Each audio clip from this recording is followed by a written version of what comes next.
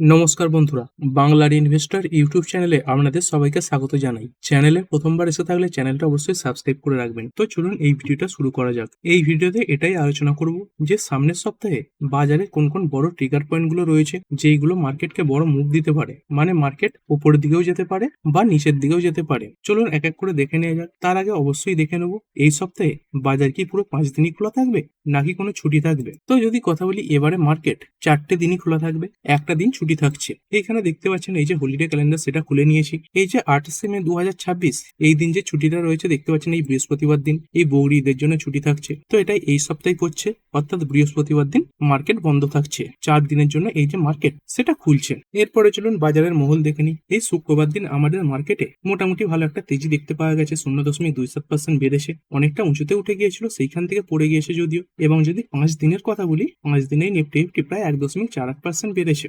তো গত 2 থেকে 3খানা সপ্তাহের তুলনায় এই গত সপ্তাহে মার্কেট মোটামুটি ভালো পারফরমেন্সই দেখিয়েছে। এবং এর সঙ্গে সঙ্গে বিএসসি সেন্সেক্স এখানে শুক্রবার দিন 0.31% তেজি ছিল এবং 5 দিনে এখানে 1.5%-এর উপরে তেজি দেখতে পাওয়া গেছে। তো মোটামুটি দেখতে পাচ্ছেন সেন্সেক্স বলুন, নিফটি বলুন, এগুলো গত সপ্তাহে ভালো পারফরমেন্সই দেখিয়েছে। আর এরপরে আমেরিকান মার্কেট দেখে নেব। শুক্রবার দিন আমাদের মার্কেট বন্ধ হয়ে যাওয়ার পর এই আমেরিকান মার্কেটগুলো ওপেন হয়। তো সেই হিসাবে দেখতে পাচ্ছেন এই যে ডাউ জোন্স রয়েছে এটা 0.58% বেড়েছে এবং এরই সঙ্গে সঙ্গে নাসডাক কম্পোজিট এটা বেড়েছে 0.19%। মোটামুটি এই আমেরিকান মার্কেটগুলোর দিক থেকেও সেরকম খারাপ সংকেত নেই। আর এই গিভ নিফটি এটা কি বলছে, এটা মূলত আমাদের ইন্ডিয়ান মার্কেটের যে ওপেনিং তার একটা ইন্ডিকেটর বলতে পারেন। তবে আমাদের ইন্ডিয়ান মার্কেট যে সোমবার দিন ওপেন হবে তার আগেই এই গিভ নিফটি ওপেন হয়ে যায়, তখনও বড় মুভমেন্ট দেখতে পাওয়া যায়। যদি লেটেস্ট ডেটার কথা বলি, মানে এর আগে যখন গিভ নিফটি বন্ধ হয়েছে, কতই বন্ধ হয়েছে, 23,720-তে বন্ধ হয়েছে। আর আমাদের নিফটি কতই বন্ধ হয়েছে, নিফটি বন্ধ হয়েছে 23,719-এ। তো দেখতে পাচ্ছেন কোনো গ্যাপই কিন্তু নেই, নিফটি 23,719-এ আর এই গিভ নিফটি 23,720-তে। তো এইখান থেকে সেরকম বড় ভালো সংকেত কিন্তু নেই। আর যদি গ্লোবাল মার্কেটের কথা বলি, এই সপ্তাহে বহু গ্লোবাল মার্কেটেও এক একদিন করে ছুটি রয়েছে। যদি আগামীকালের কথা বলি, আগামীকালও অনেক মার্কেট কিন্তু বন্ধ থাকছে। এখানে দেখতে পাচ্ছেন মেয়ের 25 তারিখের যে ডেটা সেটা খুলে নিয়েছে। এই ডেনমার্ক, তারপরে Ecuador, Hong Kong, Hungary, Iceland, Jordan, Norway, Saudi আরবে এগুলো বন্ধ থাকছে। তারপরে সাউথ কোরিয়ার মার্কেট আমরা ট্র্যাক করি, এটা বন্ধ। সুইজারল্যান্ড বন্ধ। তারপরে ইউএই এর মার্কেট বন্ধ রয়েছে। ইউনাইটেড কিংডম এর মার্কেট বন্ধ। ইউনাইটেড স্টেট মানে আমেরিকান মার্কেটও বন্ধ থাকছে। তারপরে জিম্বাবুয়ে এই মার্কেটগুলো বন্ধ থাকছে। অর্থাৎ দেখতে পাচ্ছেন এই মে মাসের 25 তারিখে বহু গ্লোবাল মার্কেট কিন্তু ছুটিতে রয়েছে। আর এরপরে যদি গুরুত্বপূর্ণ ডেটাগুলোর ব্যাপারে কথা বলি, এই সপ্তাহে আমেরিকার জিডিপির যে ডেটা সেটা সামনে আসবে। তো কোয়ার্টার ওয়াইজ এই যে ডেটা সেগুলো আসে। দেখতে পাচ্ছেন এর আগের বারে এই যে জিডিপির ডেটা এটাই যে অনুমান ছিল তার থেকে কিছুটা খারাপ এসেছিল, 2.0% এসেছিল। এবং যদি এবারের কথা বলি, কোয়ার্টার ওয়ানের যে ডেটা সেটা আসবে, কবে আসছে দেখতে পাচ্ছেন এই মে মাসের 28 তারিখে আসছে। আর এরপরে আমাদের ভারতীয় যে রিজার্ভ ব্যাংক তারাও অনেক ইম্পর্টেন্ট যে ডেটা সেগুলো সামনে রাখতে শুরু করবে। প্রথমেই যদি কথা বলি, আমাদের ইন্ডিয়ান ব্যাংকের যে লোনের গ্রোথ সেই ডেটাটা আরবিআই সামনে রাখবে, মানে কত পরিমাণে তারা লোন লোককে দিতে পারছে, বিভিন্ন কোম্পানিকে দিতে পারছে। তো লোন যত বেশি বাড়বে সেটা এই ব্যাংকিং যে কোম্পানিগুলো রয়েছে তাদের জন্য ভালো। কবে আসছে এই ডেটা, এইখানে দেখতে পাচ্ছেন এই যে ডেটা এটা আসতে চলেছে এই 29 তারিখে, মেয়ের 29 তারিখে এই ডেটা আসবে। আর এই লোন ব্যাংকগুলো কোথা থেকে দেবে, এই ডিপোজিট হলে তবেই তো লোন দিতে পারবে। মানে আপনি টাকা জমা রাখলে তারপরে সেই টাকাই তো এই ব্যাংকগুলো লোনে খাটায়। তো সেই ডিপোজিটের যে গ্রোথ সেই ডেটাটাও আরবিআই সামনে রাখতে চলেছে। তো এই ডিপোজিট গ্রোথ যত বাড়বে তার সঙ্গে সঙ্গে লোন গ্রোথ যত বাড়বে, এইগুলো ইকোনমির জন্য ভালো, জিডিপির জন্য ভালো। তো এই ডিপোজিট গ্রোথের ডেটা এটা কবে সামনে আসছে, এই ডেটাটাও সামনে আসছে এই 29 তারিখে। মূলত দেখুন এই যে ডেটাগুলো রয়েছে এইগুলোই আরবিআই কে রেট কাট করতে, তারপরে এই মনিটারি পলিসির বিভিন্ন সিদ্ধান্ত নিতে সাহায্য করে। এছাড়াও এই সপ্তাহে আমাদের ইন্ডিয়ার যে ফরেক্স রিজার্ভের ডেটা, মানে কত পরিমাণে ইউএসডি আমাদের ইন্ডিয়ার কাছে জমা রয়েছে সেই ডেটাটাও সামনে আসবে। যদি দেখি আমাদের এই ফরেক্স রিজার্ভ এটা দেখতে পাচ্ছেন আগের তুলনায় কিছুটা কমেছে। এর আগে দেখতে পাচ্ছেন এই $700 বিলিয়ন এরকম জায়গাতে চলছিল, এখান থেকে আস্তে আস্তে কিছুটা কমেছে 698 বিলিয়ন, 690 বিলিয়ন, তারপরে 688 বিলিয়নে বর্তমানে রয়েছে। তো এবারে এই ডেটাটা বাড়ে কি কমে সেটা একটা গুরুত্বপূর্ণ দেখার বিষয় হবে। এবং আরবিআই বর্তমানে এই যে ডলার রিজার্ভ এটা বাড়াবার চেষ্টা করবে, কারণ আস্তে আস্তে কমে যাচ্ছে। আর গভর্নমেন্টও এই যে ডলার রিজার্ভ সেটা যাতে না কমে সেই ব্যাপারে প্রাণপণ চেষ্টাও করছে। তো এই ডলার রিজার্ভ যাতে না কমে সেই কারণের জন্য এই নরেন্দ্র মোদীজি কি করেছেন, এই মানুষকে তেলের ব্যবহারে বারণ করছেন। কারণ ক্রুড অয়েল আমদানি করতে এই যে ফরেক্স রিজার্ভ সেটাই ব্যবহার হয়। তার সঙ্গে সঙ্গে যাতে আমরা গোল্ড, তার সঙ্গে সঙ্গে সিলভার এইগুলো কম কিনি, তার জন্য কি করেছেন, ইম্পোর্ট ট্যারিফ এগুলো বাড়িয়ে দিয়েছেন। তারই সঙ্গে সঙ্গে বিদেশ ভ্রমণে যেতে বারণ করছেন। তো এই যে ডলার রিজার্ভ কমে যাচ্ছে এটাই কিন্তু চিন্তার ব্যাপার। তো এবার এই ডেটা কত আসে সেটা দেখতে হবে। এবং এই সব কিছু ম্যানেজ করার জন্যই দেখতে পাচ্ছেন এই যে ফুয়েলের প্রাইস এটা এই লাস্ট বার নিয়ে মোট 3বার বাড়ানো হলো। এই 10 দিনের মধ্যে দেখতে পাচ্ছেন 3বার বাড়িয়ে দেওয়া হয়েছে। এবং এই বাড়িয়ে দেওয়ার পরেও এই যে পিএসইউ কোম্পানিগুলো রয়েছে তারাই পেট্রোল পিছু লিটারে 13 টাকা এবং ডিজেল পিছু লিটারে 38 টাকা ক্ষতি করে এইগুলো বিক্রি করছে।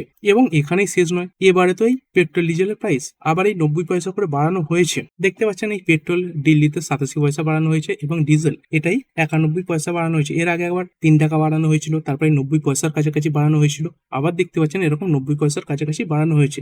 এই টোটাল 3বারে প্রায় 5 টাকার কাছাকাছি লিটারে বাড়িয়ে দেওয়া হয়েছে। এবং এখানেই শেষ নয়, বিভিন্ন রিপোর্ট এটাই সাজেস্ট করছে কি যে hike cycle is unlikely to end soon, মানে খুব তাড়াতাড়ি এই যে বৃদ্ধিগুলো এগুলো রুকবে না, এর আগে আরো বেশি এই যে প্রাইস হাইক সেগুলো হতে পারে। আর এরপরে গুরুত্বপূর্ণ ডেটা কোয়ার্টার ফোরের। বর্তমানে তো দেখতে পাচ্ছেন মার্কেটে বিভিন্ন স্টক এই যে কোয়ার্টার ফোর নাম্বার তার উপরেই রিয়াকশন দেখাচ্ছে। এই সপ্তাহে বহু গুরুত্বপূর্ণ কোম্পানি তাদের নাম্বার পেশ করবে, যেমন দেখতে পাচ্ছেন সুইডন এনার্জি রয়েছে, আরবিএনএল রয়েছে, ইন্ডিগো রয়েছে, আইআরসিটিসি, ওএনজিসি, হিতাচি, এগুলো আর অনেক বড় বড় company JK tyre, Bharat dynamics, Ashok Leyland রয়েছে, তারপরে সেনকো গোল্ড রয়েছে, পিসি জুয়েলার্স রয়েছে, তারপরে ITC, NTPC, Zydus wellness, Sun pharma, GAIL. এইখানে দেখতে পাচ্ছেন আলাদা আলাদা ডেট হিসেবে দিয়ে দেওয়া হয়েছে। এই সোমবার দিন দেখতে পাচ্ছেন এই আরতি ফার্মা থেকে, এই এসবি গ্লোবাল, তারপরে জোডিয়াক এনার্জি এই পর্যন্ত নাম রয়েছে। তারপরে টিউসডে মানে মঙ্গলবার দিনে গুজরাট ফ্লোরোকেম এইখান থেকে দেখতে পাচ্ছেন সেনকো গোল্ড পর্যন্ত নাম রয়েছে। তারপরে এই বুধবার দিনেও কিছু কোম্পানি সেলো ওয়াল থেকে দেখতে পাচ্ছেন পিসি জুয়েলার্স, ভিআইপি ক্লোদিং, এরকম 20-এরও বেশি কোম্পানি নাম্বার পেশ করবে। বৃহস্পতিবার দিন রয়েছে এই অ্যালকেম ল্যাব, অশোক লেল্যান্ড, তারপরে টেনেকো ক্লিনিয়ার ইন্ডিয়া, এগুলো। তারপরে শুক্রবার দিন ইন্টারগ্লোব এভিয়েশন বা ইন্ডিগো, এরাস ইন্টারন্যাশনাল মিডিয়া, তারপরে INOX green energy, Reliance communication, এরকম কোম্পানি রয়েছে। শনিবার দিনেও কিছু কোম্পানি নাম্বার পেশ করবে, যেমন এই ওভি প্রোডাক্ট ইন্ডিয়া, তারপরে Cinderella hotels, comment polymers, PTC industries, এগুলো। তো এই নাম্বারের উপরেও সবার ফোকাস থাকবে। আর এরপরে যদি কথা বলি মিডল ইস্টের যে টেনশন, তার উপর তো নজর থাকবেই। এর উপরেই মূলত মার্কেটের যে মুভমেন্ট সেটা নির্ভর করছে। যেমন দেখতে পাচ্ছেন ইরান তাদের দিক থেকে বলছে এই ইউএস এর সঙ্গে ডিলের ব্যাপারে এই যে ড্রাফটিং ফ্রেমওয়ার্ক সেটা ফাইনাল স্টেজে রয়েছে, অর্থাৎ এই খবরটা কিছুটা পজিটিভ। এবং এই ট্রাম্প তিনিও কি বলছেন দেখতে পাচ্ছেন, Trump says he is 50-50 on Iran deal, decisions by Sunday, অর্থাৎ এই রবিবারের মধ্যে একটা বড় সিদ্ধান্ত আসতে পারে। দেখতে পাচ্ছেন either we reach a good deal or I will blow them to 1,000 hells, মানে তিনি এটাই বলছেন এই রবিবারের মধ্যে একটা ডিল হতে হবে, না হলে ইরানের উপর আরো বড় অ্যাটাক করবো, এই নরকে পাঠিয়ে দেবো, এরকম কথা তিনি বলছেন। আর এরপরে এই এফআইআই এবং ডিআই এর ডেটা। এই এফআইআই কিছুদিন আগে টানা 3বার কেনাকাটা করেছিল, দেখতে পাচ্ছেন 187 কোটি, তারপরে 1329 কোটি, তারপরে 813 কোটি, তারপরে তারা আবার আগের মুডেই ফিরে গেছে। পরপর দেখতে পাচ্ছেন বিক্রি করেই গেছে, এবং এক এক দিনে যে বিক্রি করছে দেখতে পাচ্ছেন এই 3 দিন যে কিনেছে তার প্রায় সমতুল্য বা এর থেকেও বেশি বলতে পারেন। তো এই এফআইআই এর যে ডেটা এটা গুরুত্বপূর্ণ। এরপরে ডলার টু আইএনআর, আমাদের এই ইন্ডিয়ান রুপি এটা কিছুটা শক্তিশালী হয়েছে। দেখতে পাচ্ছেন এই 97-এর উপরে উঠে গিয়েছিল, সেখান থেকে আস্তে আস্তে এই গ্রাফটা দেখতে পাচ্ছেন নিচের দিকেই পড়েছে, অর্থাৎ রুপি শক্তিশালী হচ্ছে। এই 97 থেকে 95.70 চলে এসেছে। তবে এর পেছনেও আরবিআই এর কিছু পদক্ষেপই কাজ করছে। দেখতে পাচ্ছেন RBI to infuse liquidity via $5 billion rupee swap auction on May 26, অর্থাৎ মে মাসের 26 তারিখে এই $5 বিলিয়ন রুপি সোয়াপ অকশন এই আরবিআই নিয়ে আসতে চলেছে। কিসের জন্য? আমাদের এই রুপি এটাকে শক্তিশালী করার জন্য এবং তারই সঙ্গে সঙ্গে লিকুইডিটি এটা বাড়াবার জন্য। তো এই ডলার রুপি সোয়াপ এটা কি? তো চলুন দেখে নিই। এখানে কি করবে দেখতে পাচ্ছেন বাই সেল সোয়াপ, অর্থাৎ ডলার বিক্রি করবে, রুপি কিনবে, এই ধরনের যে ব্যাপারগুলো। এখানে দেখতে পাচ্ছেন এই বিভিন্ন ব্যাংকগুলো কি করবে, তাদের কাছে তো ইউএস ডলারের রিজার্ভ থাকে, সেগুলো তারা এই যে আরবিআই তাদেরকে বিক্রি করবে। দেখতে পাচ্ছেন at the current spot exchange rate. এবং আরবিআই কি করবে, RBI hands over Indian rupee to the banks. RBI এই ইন্ডিয়ান ব্যাংকগুলোকে এই যে ইন্ডিয়ান রুপি সেগুলো সাপ্লাই করবে। তো এর ফলে কি হবে, এই যে বাজারে লিকুইডিটি সেটা বেড়ে যাবে। এই ব্যাংকগুলো যখন ইউএস ডলারে এগুলো সেল করে দেবে তখন কি হচ্ছে, এই ইউএস ডলারের যে সাপ্লাই সেটা বেড়ে যাচ্ছে, পরে ডলারের যে মূল্য সেটা তুলনামূলকভাবে কিছুটা কমবে। এবং তারপরে কি হবে দেখতে পাচ্ছেন অ্যাট ম্যাচিউরিটি, মানে একটা সময়সীমা থাকে প্রায় 3 বছর দেখতে পাচ্ছেন, তারপরে এই যে ট্রানজাকশন সেটা আবার রিজার্ভ হবে। অর্থাৎ এই ব্যাংক কি করবে দেখতে পাচ্ছেন, banks Returns the rupees plus A pre agreed premium two purchase the original USD. আবার এই ব্যাংকগুলো এই যে ইউএসডি সেগুলো কিছু প্রিমিয়ামের সঙ্গে কিনে নেবে। এই আরবিআই যে ইউএসডি ব্যাংকগুলোর কাছে বিক্রি করে দিচ্ছে, কিসের পরিবর্তে বিক্রি করছে, এই রুপির পরিবর্তে, অর্থাৎ রুপি আরবিআই নিয়ে নিজেদের কাছে রেখে দিচ্ছে। বাজারে রুপির যে সার্কুলেশন সেটা কমছে, অর্থাৎ ভলিউম কমছে, সাপ্লাই কমছে, সেই কারণে এই যে রুপি সেটা শক্তিশালী হয়ে যাবে। এবং পরে যখন ম্যাচুরিটি ডেট আসবে তখন কি করবে আরবিআই, এই যে ইউএসডি সেটা আবার রিপারচেস্ট করে নেবে। বুঝতে পারছেন বাজারে রুপির পরিমাণ কমে যাওয়ার কারণে এই যে রুপির মূল্য সেটা বৃদ্ধি পাবে মানে কি, এই 97 রয়েছে, সেখান থেকে দেখতে পাচ্ছেন আস্তে আস্তে 95 লেভেলে এসেছে, 94 লেভেলে যেতে পারে। এরপরে গোল্ড সিলভার, গোল্ডের প্রাইস কেমন চলছে যদি স্পট গোল্ডের কথা বলি, এখানে দেখতে পাচ্ছেন কিছুটা পতন দেখা গেছে, 0.1% কাছাকাছি, 4,509 ইউএসডি পার আউন্সে চলছে। এবং এই সিলভার এটা কেমন কি রয়েছে, এটাই $75 পার আউন্সে চলছে, এখানে 1.5% কাছাকাছি পতন দেখা গেছে। এবং যদি বুলিয়ন মার্কেট বা ইন্ডিয়ান মার্কেট হিসেবে কথা বলি, গোল্ড এই 1,60,000 কাছাকাছি রয়েছে এবং সিলভার এটা 2,72,000 কাছাকাছি রয়েছে। এরপর ক্রিপ্টো কারেন্সি গুলো একবার দেখে নেবো চলুন। প্রথমে যদি বিটকয়েনের কথা বলি, বিটকয়েন এই ৭৬,৮৮৪ কাছাকাছি রয়েছে। কিছুদিন আগে তো অনেকটা নিচে নেমে গিয়েছিল, এই ৬০,০০০, ৬৫,০০০ এরকম জায়গাতেই চলছিল। সেখান থেকে কিছুটা রিকভারি এসে এখন এই ৭৬,০০০, ৮০,০০০ এরকম জায়গাতেই ঘোরাফেরা করছে। এবং যদি ইথেরিয়ামের কথা বলি, এটাই $২১19 এই জায়গায় ট্রেড করছে।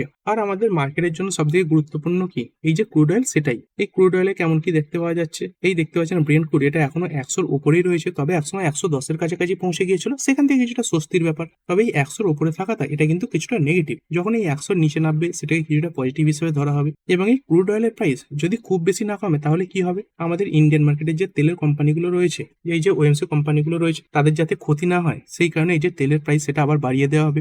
যার ফলে ইন্ডিয়ান মার্কেটে জিডিপি বলুন, ইনফ্লেশন বলুন, সব জায়গাতেই নেগেটিভ ইম্প্যাক্ট পড়বে। কারণ এই যে ট্রান্সপোর্টেশন খরচ, সেটা বেড়ে যাওয়া মানে ইনফ্লেশন, এটাও বেড়ে যাওয়া। তো এই তেলের প্রাইস কমাটা মানে ক্রুড অয়েলের প্রাইস কমাটা, এটা খুবই গুরুত্বপূর্ণ ব্যাপার। আর শেষে যদি নিফটির অপশন চেনের হিসাবে এই লেভেলগুলোর ব্যাপারে আলোচনা করি, যেমনটা দেখতে পাচ্ছেন নিফটি বর্তমানে এই 23,719 এরকম জায়গাতে ট্রেড করছে। যদি ওপর দিকের কথা বলি, দেখতে পাচ্ছেন ওপর দিকে যাওয়ার চান্স কিন্তু খুব বেশি নেই। এই 23,800 এই লেভেলেই সব থেকে বেশি ডেটা তৈরি হয়েছে। এই 1,09,580 দেখতে পাচ্ছেন কল ওয়াই, এবং এই যে পুট ওয়াই রয়েছে এখানে 67,131। এরপরে যে ডেটাগুলো, এগুলো খুবই ছোট ছোট দেখতে পাচ্ছেন। এরপরে এই 24,000 এই লেভেলে বেশি ডেটা রয়েছে। তবে এখানে যাওয়াটা একটু চাপের হবে। এই 23,800 এটাকে ভাঙতে পারলে 24,000 পর্যন্ত যাওয়ার সম্ভাবনা রয়েছে। এবং যদি নিচের দিকের কথা বলি, নিচের দিকে প্রথম যে সাপোর্ট, এটা থাকবে 23,600। এইখানে দেখতে পাচ্ছেন প্রচুর ডেটা তৈরি হয়েছে, এই পুটের দিকেই বলুন বা কলের দিকেই বলুন। এবং এই 23,600 এটাকে ভাঙতে পারলে এর পরবর্তী যে বেশি ডেটাগুলো তৈরি হয়েছে, সেটাই 23,500 এই সাইকোলজিক্যাল লেভেলই তৈরি হয়েছে। তো ঠিক আছে বন্ধুরা, আশা করছি ভিডিওটা আপনাদের ভালো লেগেছে। আপনি চাইলে এটাকে লাইক এবং শেয়ার করতে পারেন। আর শেয়ার মার্কেট সংক্রান্ত ডেইলি নিউজ আপডেট পেতে চ্যানেলটা সাবস্ক্রাইব করে রাখবেন এবং পাশে থাকা বেল আইকনটি টিপে অল অবশ্যই সিলেক্ট করে রাখবেন, যাতে পরবর্তী ভিডিওর নোটিফিকেশন আপনার কাছে সময় মতো পৌঁছে যায়। আর হ্যাঁ, ভিডিওটি শুধুমাত্র ইনফরমেশন এবং এডুকেশনাল পারপাসের জন্য বানানো হয়েছে। আমি সেবি রেজিস্টার্ড নই, তাই কোনো প্রকার শেয়ারে কোনো প্রকার বাই, সেল, হোল্ড বা অ্যাভারেজ করার কোনো সিদ্ধান্ত নেওয়ার আগে আপনার যে ফাইন্যান্সিয়াল অ্যাডভাইজার আছে তার সঙ্গে অবশ্যই আলোচনা করবেন। দেখা হচ্ছে পরের ভিডিওতে। ধন্যবাদ।